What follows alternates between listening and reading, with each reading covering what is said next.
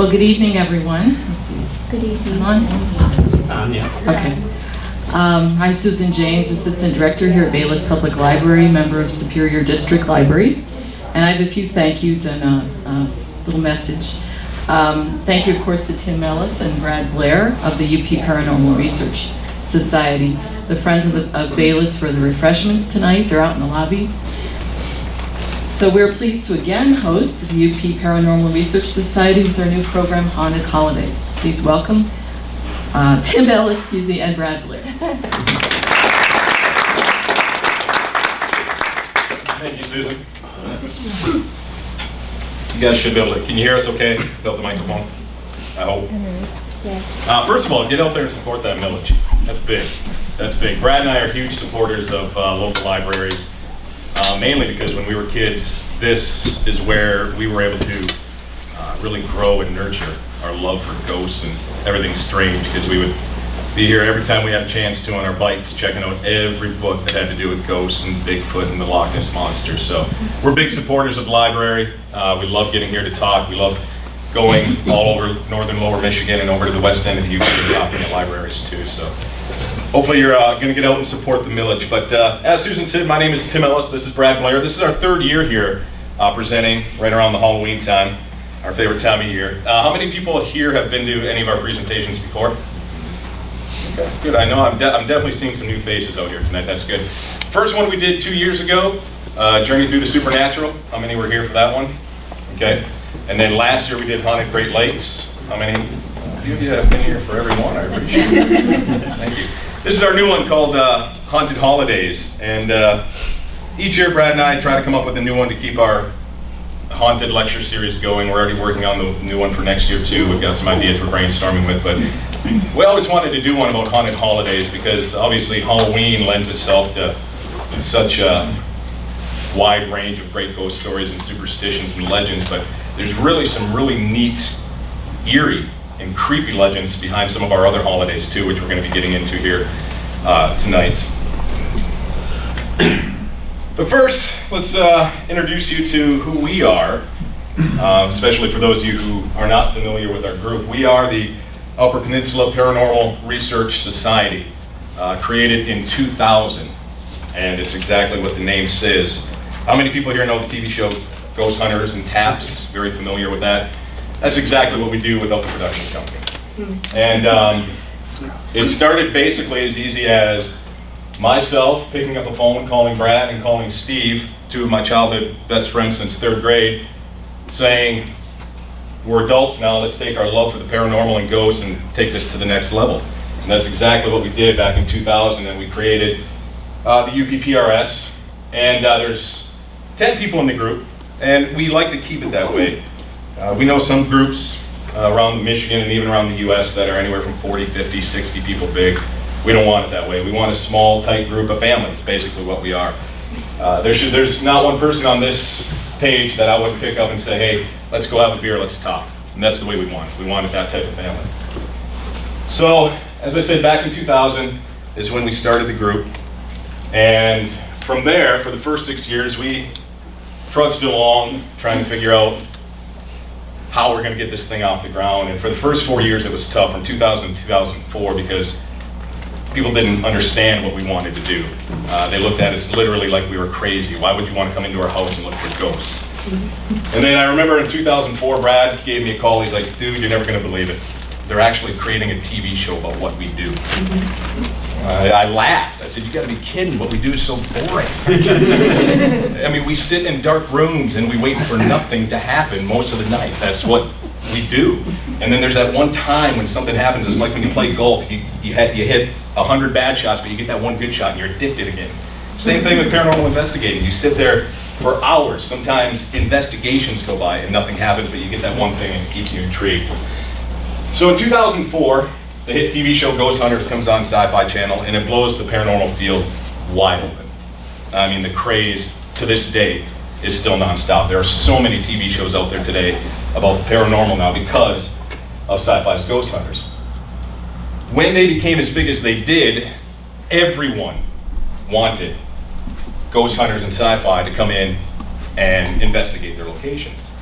Well, they became too big. They couldn't be everywhere at every place at every time. So they created what they call the TAPS family, where teams from around the US would represent TAPS.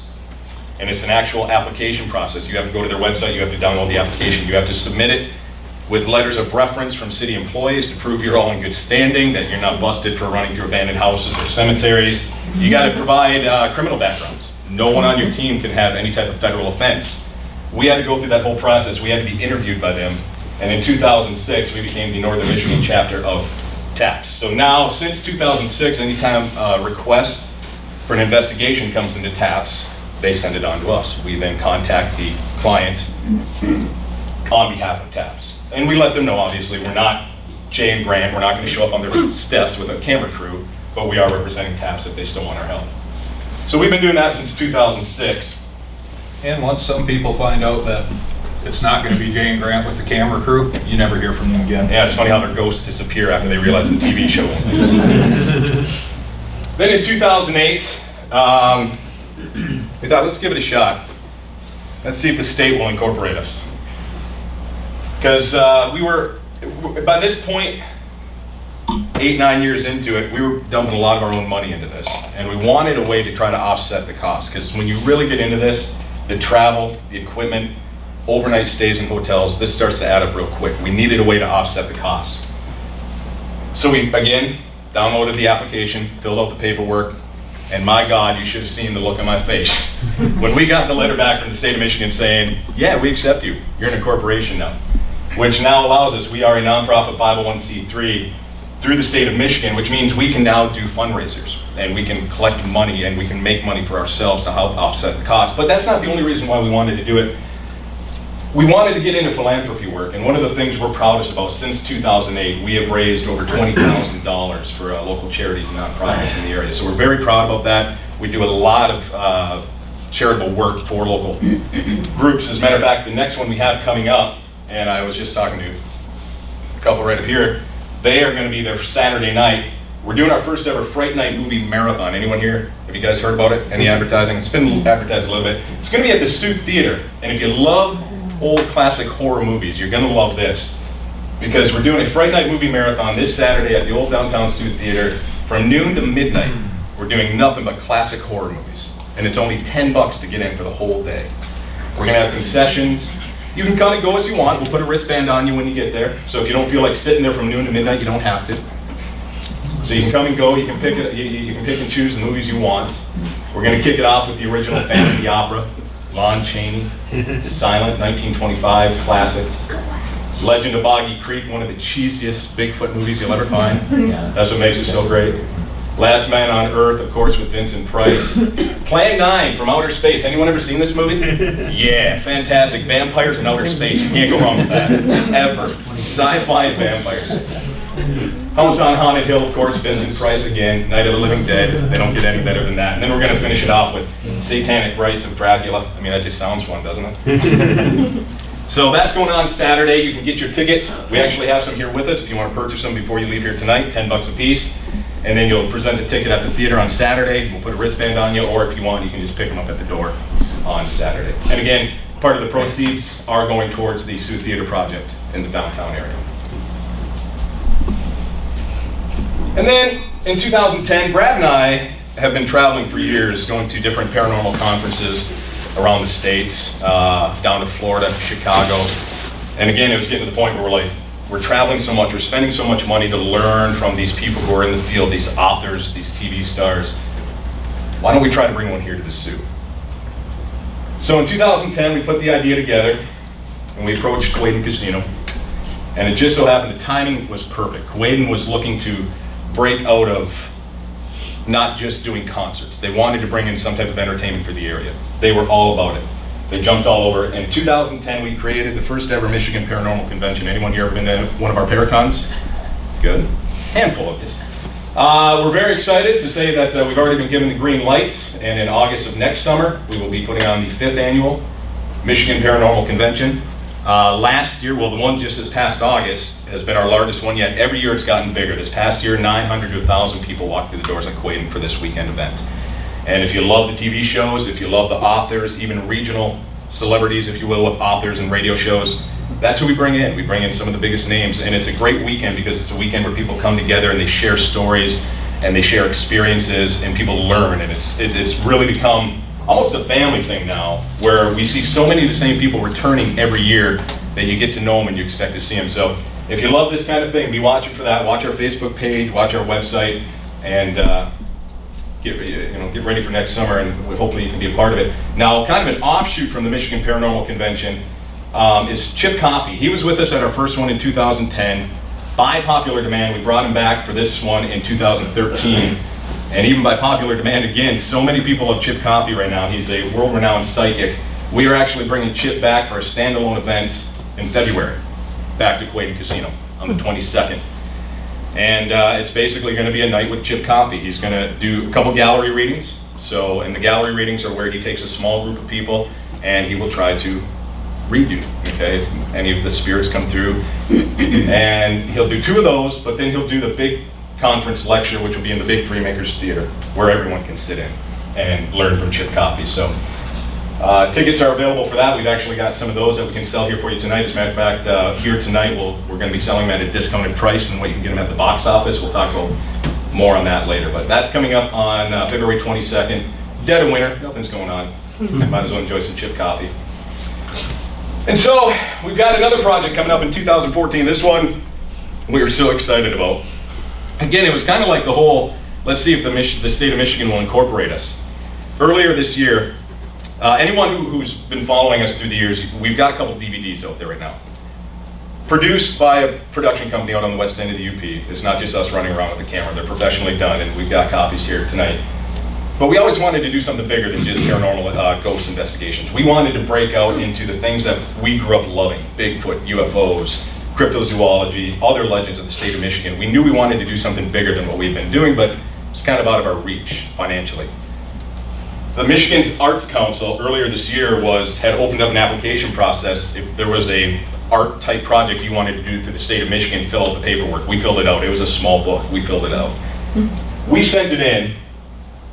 And again, to our surprise, not only did they accept us, they were excited. They said, "We've never had anyone submit anything like this. We cannot believe you guys want to go through the state of Michigan, investigate, and teach people about the legends of the state of Michigan." We said, "That's exactly what we want to do." They said, "We're in.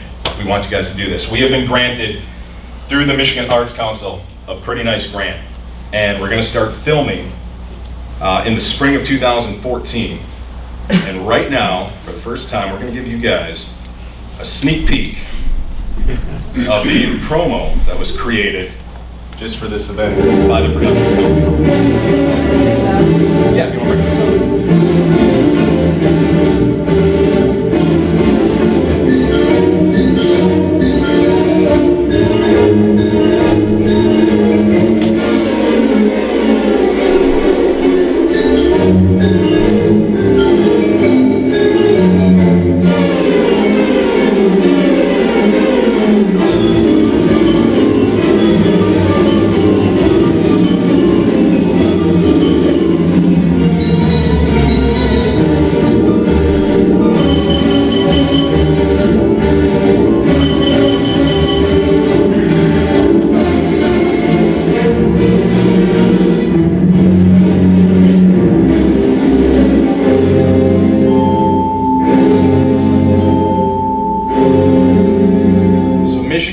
Legends Alive. We start filming in the spring of 2014, and we are hoping for a summer release of 2015. So next spring and through the entire summer and fall of 2014, we will be traveling from the west end of the UP down to the southern borders, investigating legends of the state of Michigan. And this will be with a camera, an entire crew, camera, director, producers, and everything. So this is going to be our biggest undertaking yet, but it is definitely something we are very excited about.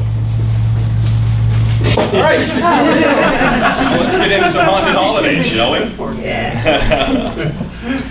How is it that the paranormal and the holidays can come together? I mean, you think of our beloved holidays like Christmas and Easter. I mean, they're family, it's love, and everyone's together having a good time. How can there be superstitions and scary stuff about it? Well, there actually is. If you dig deep enough and you peel back some of the layers, you'll see that there are scary things attached to Christmas and Easter, and even Valentine's Day we're going to look at. And the reason why is because of immigrant traditions, pagan beliefs, Christian beliefs coming together. You take all three of those and it's like the perfect mashup. And the three of those bring some of the best superstitions and some of the best stories that are out there that a lot of people don't even know about. And we're even going to probably look into some holidays that maybe you've never even heard of, that because they're not popular here in the US, but some of them will make you raise your eyebrows, I guarantee it. So let's go ahead and start, of course, with the big dog himself. Halloween, All Hallows Eve, coming up just around the corner. And we're going to turn it over to Brad at this point to talk about some Halloween. Thanks, Tim. Yeah, I guess when you think of haunting and holidays, that's naturally the first one to come to mind. Halloween. This is something goes back at least 3,000 years. We think it may be further than that. Ancient Celts is where the original tradition has been traced back to. A time called Samhain, which is the end of the season for the harvest. It's the time that the veil between the worlds is at its thinnest. And it's believed these older traditions held that the darker entities could start coming through at this time. And this scared a lot of people, naturally enough. And there were different things that would obviously bring this to mind. All of nature was starting to die off for the season. It was getting cold. You were getting into the winter months. And they felt that they needed to appease the spirits of nature at this time and appease these spirits that were coming through. So they would have bonfires, they'd have different sacrifices depending on the clans. It's one of the areas where you'd have, where animals were involved in this, where bats got involved heavily with the paranormal. You'd have these groups getting together, having these big bonfires at night to appease the spirits. Naturally, the bonfires are attracting all these bugs in, and you've got bats flying in to take the bugs out. Well, they saw the bats coming in as a sign of the spirits wanting to access the world. So that started with that. Also, go ahead, Tim. Roman traditions, kind of along the same lines. They would go and put fruits, nuts, different foods left out for the dead this same time of year during the harvest time, hoping to appease these spirits so they wouldn't come in and terrorize them during the months to come. Ireland, Britain, the Isles, Sault, this would happen along the same period of time. Also in Mexico, you'd have the Day of the Dead around here. All Saints Day, November 1st, All Souls Day, the 2nd. This all kind of mashed into the same holiday as cultures collided. Go ahead. Halloween in the United States. So where did we get our traditions from? Obviously a little bit from all of these. You're trick-or-treating, you're giving out candy to appease the kids. Didn't really happen that way right off the bat. Puritans really didn't believe in celebrating holidays. They wanted to keep everything on a strictly religious level. Then in the 19th century, when the Irish really started flooding in, they started bringing a lot of their superstitions and a lot of their culture in. You'd get together on Halloween for fortune telling, they'd have parties, they'd have ghost stories, they'd have family and friends over. And it was actually a big party, which kind of led to where we got into what we do today for trick-or-treating, for costume parties, for everything associated with Halloween. These guys definitely. Yeah, yeah, good. These guys not so much. They have their own thing. I'm hanging out with these guys. So, is the veil between the world's thinnest at this time of year? We had, every year, on October 30th, it's actually kind of what we consider for our group, the UPPRS, our birth date. It was the first investigation we ever did back in 2000. We do it in conjunction with a local radio station that I work for on ESFM, and every year we do a Halloween broadcast from a live location. The team goes in, I bring in the radio equipment, we set it up, and we do a live broadcast from the investigation, and we've already got it set up for this 30th as well. It usually starts about 9 o'clock at night, runs until about midnight or later if it's an active night. But this is where we started on the night of October 30th. It just so happens it's right at Samhain, when the Celts believed that the veil is the thinnest between the two worlds. And it just so happens some of the best EVPs, electronic voice phenomena, that we have gotten in our 14 years of doing this have all come on the night of the 30th. Coincidence? I don't know. As well as some of the best photographs we've gotten, and we'll share one of those too. Video. Last year, we were on the Valley Camp for an investigation. Now, anyone who's been to these presentations before, we always apologize because some of these are tough to hear because a lot of times they're very low. We've enhanced the audio where we can, just for the sake so that you can hear it here. But a lot of times you can hear them so well when you have headphones on and that's all you're listening to. So we'll try to replay these a couple times for you. This first one, we couldn't enhance the audio though because it comes right in as one of the people is talking. You hear a second voice come in right under her. It was Brad, another member, and 2 guests who we had with us. We did a raffle, charity raffle, and we had 2 guests come with us on that night of the investigation. They're back in the coal room of the Valley Camp.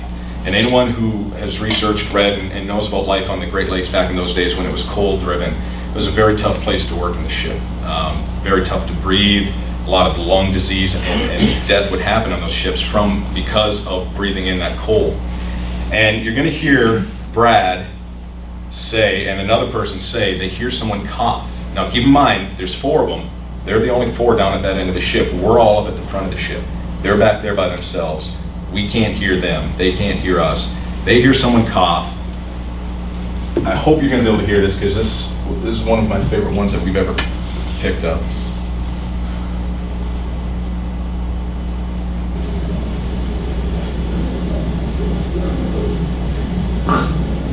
That's not the cough, that's Brad. Somebody just coughed. Or just sounding like coughing. Yeah, it's tough to hear. You're going to hear her say, or is it somebody, sounds like somebody's just coughing, and as she's saying it, you're going to hear another voice come through. Somebody just coughed. Or just sounding like coughing. There's a second voice in there. Listen again.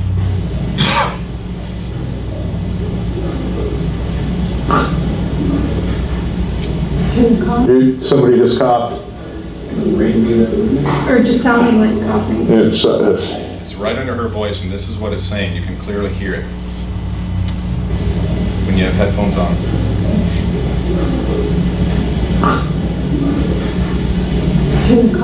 Somebody just coughed. Or just sounding like coughing. Right under her voice, when you have headphones on, you can hear it clearly. It says, "I am coughing." Okay. That just happened last year on the night of the 30th. And This one, as Tim said, there was nobody else with us. There were 4 of us there at the time, and there was a lot of speculation around this certain area of the ship. We'd caught a couple of interesting photographs there, and we'd also caught an EVP there on a previous investigation. So we had reason to go looking there. Superior Impressions, which is unfortunately no longer there now. It is now part of Second Childhood and Adults too, I believe, and of course Super Company, which I enjoy. But we had a chance to investigate Superior Impressions a few times, and every time we left that place, there were some very interesting situations. One of them, we were lucky enough to do it as part of our Halloween broadcast. 3 different EVPs we picked up on this one night there. It was a very active night for us. This could be our clearest EVP we've ever picked up. Now, we are able to enhance this one so you can hear it. If you've ever been to any of our first presentation called A Journey Through the Supernatural, you would have heard this one, but you're going to hear one of our investigators, his name's Lee, ask, were you a bootlegger? And you will hear what they respond with. Are you a bootlegger? Now that's enhanced so that you can hear it. Are you a bootlegger?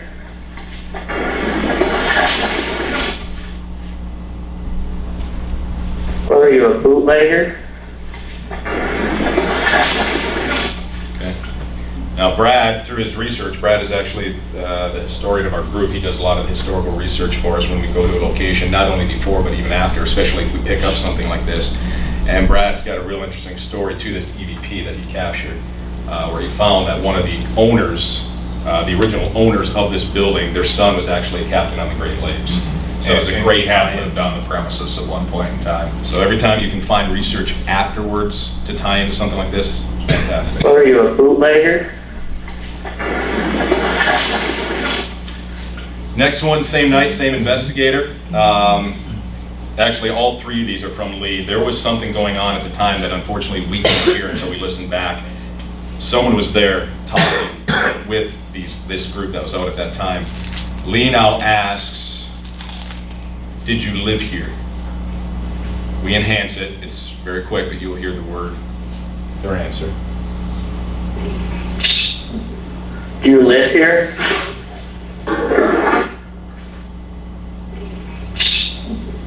Do you live here?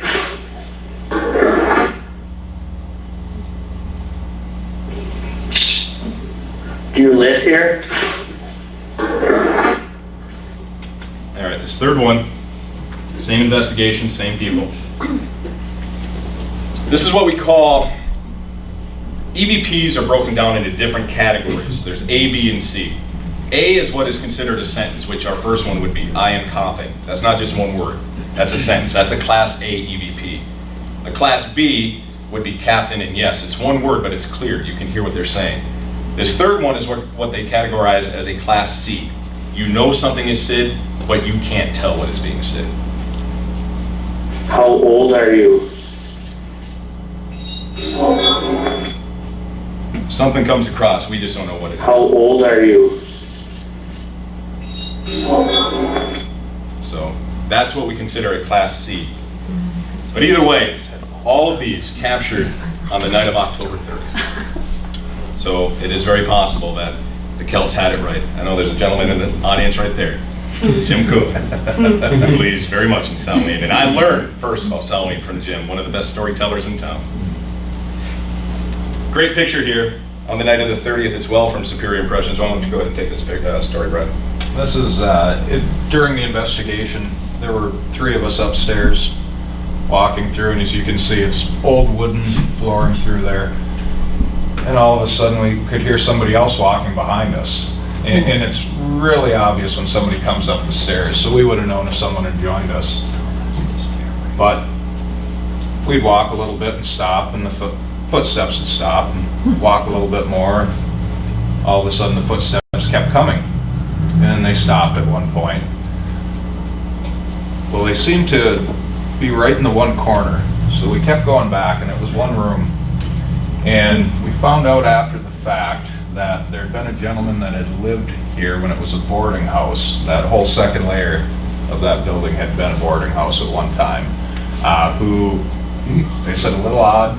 He kept to himself. He didn't really have any friends, no one in and out. He didn't come down to get his mail one day.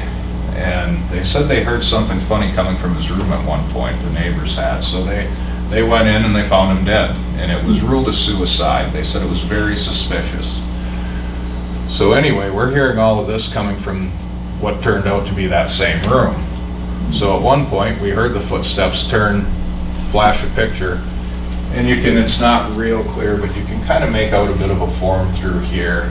The interesting thing is when we do that, the nice thing about having digital photography nowadays is you can catch it right away. Same location, fired off another 10, 12 pictures, nothing in it. So this was the only thing that we had, this form, and it coming down the hallways. And this coincides with the same time we're hearing the footsteps coming. And it would have been the same room right here in the corner where the gentleman had lived. And apparently after his death, there were all kinds of anomalies going on through there. So that's our experience with Samhain and Halloween. All right, let's move on to Thanksgiving. Love it. Get to eat, sleep, football. So what kind of great ghost stories and superstitions do we have at Thanksgiving? Actually, none, thanks to these guys. The Puritans again, man. Took it away from us. Yeah, because Thanksgiving is completely a creation of the Puritans. And it's a great holiday. We give thanks for everything we've got, but there's just no superstitions or ghost stories around Thanksgiving. The best we got is this picture here, actually, is from a movie called Thanksgiving. That's the best we could find, so sorry, Tom. No ghost stories for Tom. Actually, for me, the scariest thing on Thanksgiving is watching these guys lose every year. That's the scariest thing for me. So we couldn't find anything on Thanksgiving. We dug and dug, and there's just nothing from that. Let's go to Valentine's Day. They love. Where did this start from? Well, it didn't start here in the US, which actually surprised me because for the longest time I figured this was a Hallmark and Saintly's creation. It wasn't. It actually started, again, back in the time of the ancient Romans. It was a time of year, February 13th, 14th, and 15th, that they called Lupercalia. And it was a time of, again, warding off evil spirits. It was pagan belief, warding off evil spirits. They were going to purify the city. And then, as Barry White would say, it was time to get it out. Okay? It was a time for fertility. It was a time for people to create children at a time when the evil spirits were away. And that's what it was all about. So they did what they had to do. Now, Lupercalia, they believe, is from the word lupus, which means wolf, but even today, the historians don't know what the tie-in is of a wolf and the time of fertility for the ancient Romans. But that's the best they can tie it into. So this was the pagan belief of it. And then, of course, the spread of Christianity comes through again. And the Christians the church didn't like so much the whole fertility side of it. So it was Pope Gelasius who abolished Lupercalia and based it on an actual Saint Valentine, who was a 3rd century Roman saint, and he actually died on February 14th. So the church made it Saint Valentine's Day, and instead of the whole fertility aspect of it, created it around courtly love, romance. And that's the Valentine that we know today. Taking it from the pagan belief of Lupercalia, the church brings in St. Valentine, and that's where we are today with ours. However, how about some horrors associated with Valentine's Day? Oh my. St. Valentine Day Massacre, February 14th, 1929. This is an actual crime scene photo. 5 members of the North Side Gang, ran by this gentleman right here, Bugsy Moran, were lined up along this wall right here. By a gentleman from the South Side Italian Gang, of course, ran by the very infamous Al Capone. Now, Al Capone's men were dressed up, a couple of them anyway, were dressed up as police officers. So the guys from the North Side Gang thought they were just being arrested. So when they were told to line up against this wall, they did, without any fight. And they thought they were going to be interrogated and probably were arrested. Well, instead, Capone's gang opens fire and murders all of them right here along this wall. It's a garage where it happened in Chicago, located at 2122 North Clark Street in Chicago. Garage is no longer there. This is what sits in its place now. It's a parking lot for a retirement home. But it wasn't torn down until 1967. And the bricks went up for sale from the garage. Some of the bricks were actually taken before they went for sale, and the rumors started to flow that the bricks were cursed. And people who took the bricks were becoming ill, they were losing their money, they were even dying. Except one gentleman, this guy named George Patey, very eccentric Canadian business owner, and he was infatuated with gangster life. So he bought 414, almost the entire wall, 414 bricks. He had them painstakingly taken down and numbered precisely so that when he rebuilt the wall, he would know exactly which brick went where. This is an actual picture of him with the actual bricks. 1971, he opens up a nightclub called the Banjo Palace, and the theme is the Roaring Twenties. He takes the bricks, sets them up in the men's bathroom, in order, like the actual wall, and you can see the bullet holes in this picture here. He puts a piece of plexiglass in front of the wall and puts little targets on the plexiglass so that as the men are doing their business, they can try to hit it. That's how weird this guy was. Seemed to work though. It's a pretty successful business. He did not go bankrupt. His business went on for a while. And then at some point, as George got older, he tried to sell off the bricks. He was able to sell off about 100 and so on his own website. The remaining 300 went to his daughter in his will, and she eventually ended up giving them off to the actual mob museum. It's an official museum for the mob in Las Vegas. And so to this day, what is left of the bricks can actually be seen at this museum in Las Vegas. And of course, Hollywood, they got to get their hands on it. Taking a love holiday. creating these 3 masterpieces, which I'm not afraid to admit I've watched all 3 and enjoyed most of them. All right, Easter. Seriously, what could be weird about Easter? Again, not really scary, but it's just really interesting the way pagan and Christian came together with this cute holiday. It actually started again with the pagan beliefs. The Easter we know today is a complete mixture of pagan and Christian beliefs. But the earliest traditions went back with the pagans, with the goddess again of fertility, Ostara. These pagans, man, and their fertility stuff. They were all about it.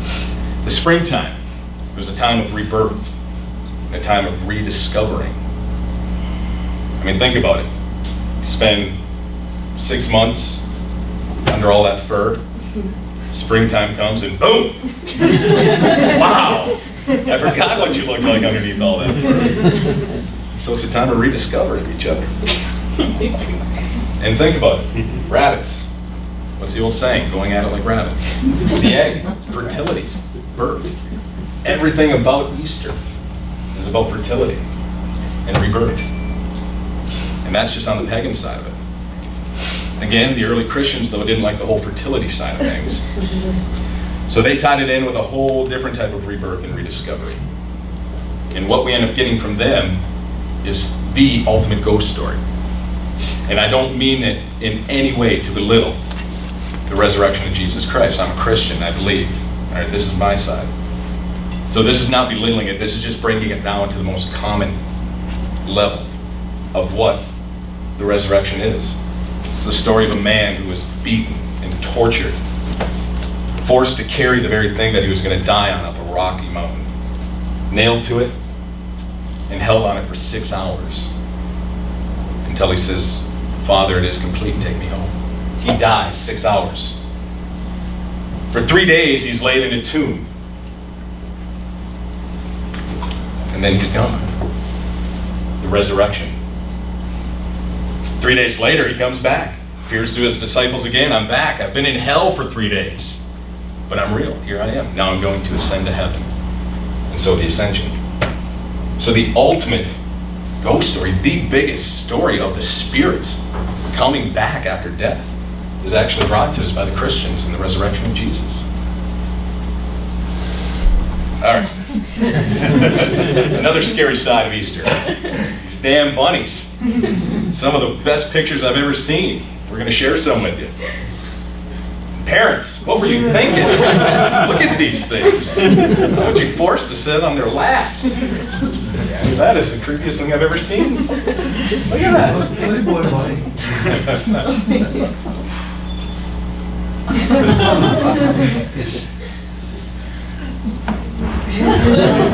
Hollywood couldn't create these if they wanted to. That's just pure evil. That was just I mean, I actually feel sorry for the bunny now.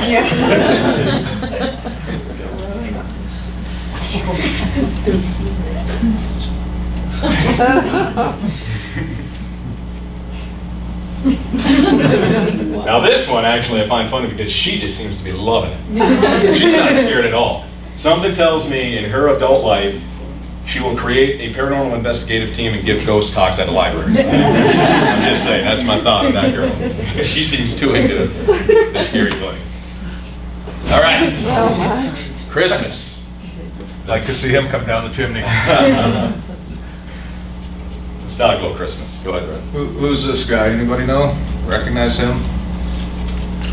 Dickens? Charles Dickens wrote the most famous ghost story ever, Christmas Carol. You look at it at its root. You know, it starts out Marley's ghost coming in, Ghosts of Christmas. It's the best-selling ghost story of all time. It's been made into God knows how many movie adaptations, how many live plays. It just goes right back to the Victorian days when families would get together. There was no entertainment as we know it today. You had no computers, no TVs, no movies, no radio even back then. And this was the time of year that the nights were longer, days very short. You'd get family, friends together, you'd gather for a big holiday meal, and then you'd sit around telling stories. And often ghost stories were included in parts of family traditions. You ever heard the song, "The Most Wonderful Time of the Year"? There'll be scary ghost stories. This was part of the Victorian era. And it came to be one of the main family gathering points of most holidays were ghost stories. La Befana, Christmas witch. Anyone ever heard of her? Few? It's an Italian belief. How'd you like to expect that to be at your house on Christmas morning? But the good news is, La Befana is actually a good witch. She delivers toys to the good boys and girls, just like Santa does on Italy. But she does it on the Epiphany Eve, on January 5th, after Santa's already been there. She'll leave coal, just like Santa will, for the bad boys and girls. Now, the two most prominent legends and beliefs of La Befana, and again, tied into Christian beliefs. You take a witch and the Christian beliefs, and it's interesting how they come together. One of the major ones is that the three wise men were traveling. They were following the star, but they still weren't sure where to get to. They stopped one night and asked La Befana if she knows how to get there. She says, "No, but it's late. Why don't you stay at my place?" She was known in her town, her small little town, of being the best housekeeper in town and cook, and she took care of everyone. So she took them in. The next morning, they say, "Why don't you come with us and help us find the baby Jesus?" And she says, "No, I need to stay here." They leave. Later on, she decides, "I should have went with them." So she follows.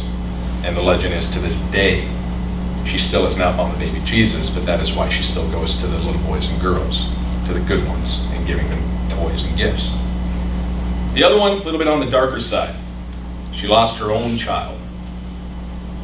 And so, in doing so, she searched out the baby Jesus in his birth. She found him, and the baby Jesus felt for her. So he then named her and declared her the mother of all children for eternity. And that's why to this day, she still goes to their homes and gives the good boys and girls toys and gifts. So she's a good witch. But this guy, he's not good. Who's heard of Krampus? Lord Krampus. Yeah. Good boys and girls. Santa brings them toys, treats, Christmas morning. But what happens with the bad children? 20 days before, this is a Germanic belief, Krampus night. This guy shows up at your house if you haven't behaved. And this goes back to a morality lesson for children. There's several different takes on it. One is he would come December 5th, come into the home of the bad children and kidnap them and take them back to his workshop and keep them for the year. Bring them back the next year. It's mainly a Germanic tale. The other one, he had little helpers that would come with him, very similar to Santa's elves. And the little helpers would hold down the sheets on the bed while Lord Krampus took a stocking full of coal, so you can see where this comes into the Christmas tradition, and beat the children with it. And then he'd go back and report to Santa, and if everything was good, Saint Nick would show up and they've done their penance. But this is still feared in certain areas in Europe. A lot of the very superstitious areas, a lot of the little, what we'd call more backwoods, they still celebrate Krampus night. And it kind of ties in with Halloween a little bit. There are areas that they will leave the treats out to appease Lord Krampus so he doesn't come in after their children. You can actually go online. There is an occult following of Krampus. There are stores where you can buy "I'm a Krampus fan" t-shirts. That's how messed up that is. These are some of the pictures that you will actually find, promotional posters of Krampus that we're going to share with you. There's 4 or 5 of them here, but I mean, they're dark. They're disturbing.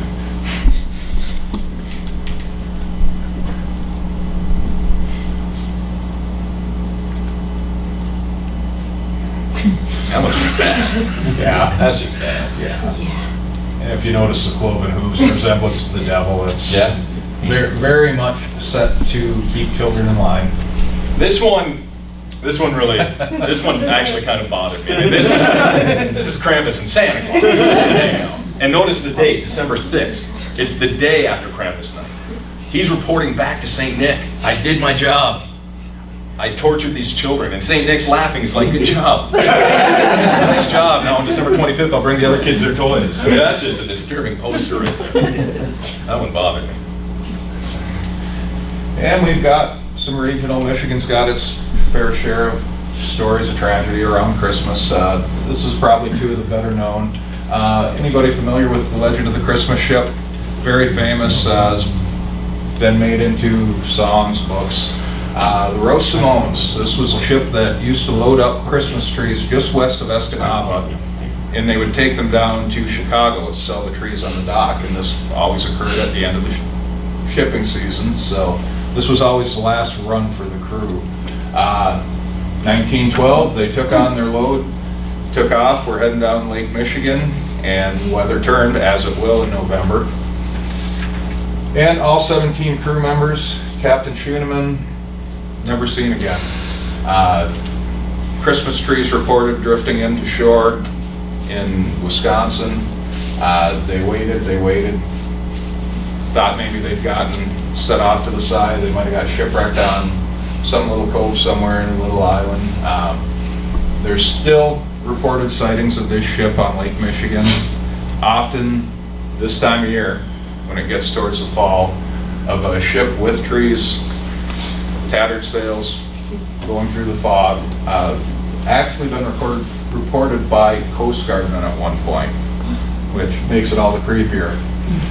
Another one, the Calumet Christmas fire that never actually happened. This was one of the biggest labor strikes in Michigan history. It was the miners up in Calumet.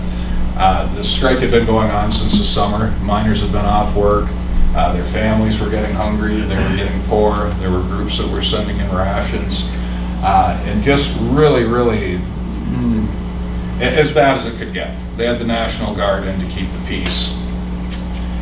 Anyway, this group of auxiliary women decided they were going to get together at the Italian Hall and put on this big Christmas dinner, Christmas party for the kids and the families. So they had this all set up, and this was, negotiations weren't going well. They had this hall packed in. It was a second floor, and all of a sudden somebody yelled, "Fire!" Nobody knows who did it. No one knows who started it.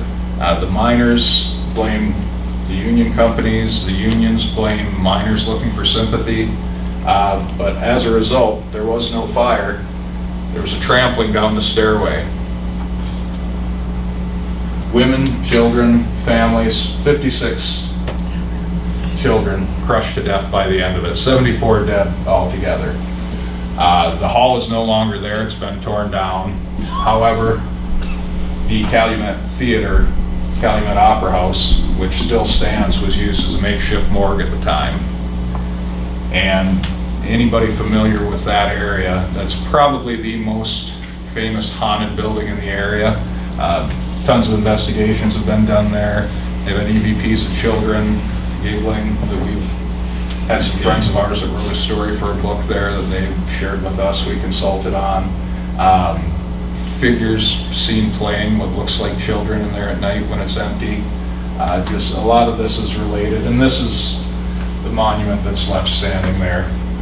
But again, they never found out who did it. This was one of the biggest tragedies. After this, as I said, everything was torn down. They still report hearing voices in this area as well. And UPPRS, Christmas isn't out of our league either. We, again, this goes back to Superior Impressions, the gift shop that is now where Subaru Company is. And anyone who knows me knows that one of the creepiest things for me on an investigation is that there's dolls. Dolls and spiders. And this was the mother load. Yeah, this was the mother load because of the story behind this. This is, obviously an old style English caroling family. These were dolls that were in the Christmas room of Superior Impressions. And they look innocent enough. But it's this girl right here that you gotta watch out for. All the workers told stories of how they would close up at night. They had an alarm system in the building. They had security cameras in the building. And they would come back the next morning, and she would be moved to somewhere else in the building. She was never with the family when they'd come in the next day. One of the managers that Brad and I know personally, and have every reason to believe this story, she was closing one night, and she had to open up the next morning. And she was sick and tired of coming in the morning and being scared by this doll being moved. So she takes the doll, brings it down into the basement, puts a box over top of it, comes back up, closes the basement door, goes home. Comes back the next morning, starts turning all the lights, getting the business open, and she goes to get the doll from the basement. She opens up the basement door, and there's the girl doll right at the top of the stairs. I just gave myself chills. That's how much that story bothers me. Literally, she freaked out and ran out of the building. Sounds like a great practical joke. Right. The alarm system had never Never. been turned off that night. Nobody had came in until she came back in the morning to open up and found this. They eventually sold this family. We just don't know who bought it. We've heard no tales of where this doll is. Now, there's no telling whether the doll itself was haunted or if there was something in the building that just moved the doll. That we don't know. If you ask John Zappis from Haunted Collector, he'll tell you the doll was possessed. But we have no way of knowing for sure if it was the doll itself or if it was just something in the building. But creepy story. And unfortunately, the couple nights we were there, we never did.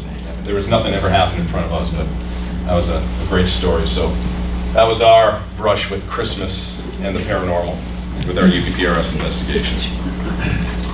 Well, that's going to bring us to the end of our talk here tonight.